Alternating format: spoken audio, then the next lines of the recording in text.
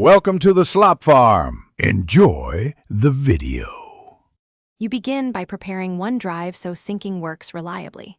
Sign into the OneDrive desktop app with your Microsoft account, then make sure the client is updated and visible in the system tray. This enables continuous background sync. Next, pick the local folder you want to sync and move or copy files into it. Avoiding external or removable drives prevents disconnections.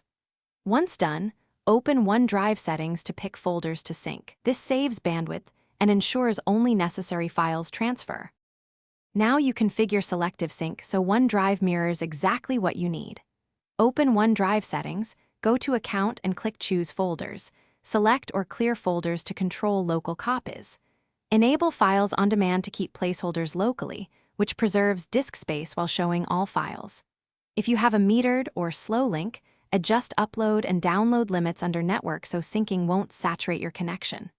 Once configured, OneDrive will build the local index and begin transferring files in the background.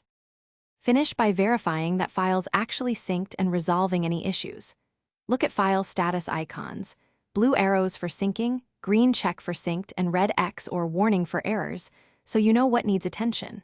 If you encounter conflicts, pick the correct version or rename duplicates to preserve data. Make sure to let large uploads complete.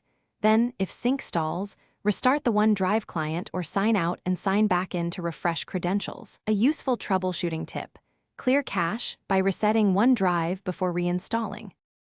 Thanks for watching. Consider subscribing if we helped you today.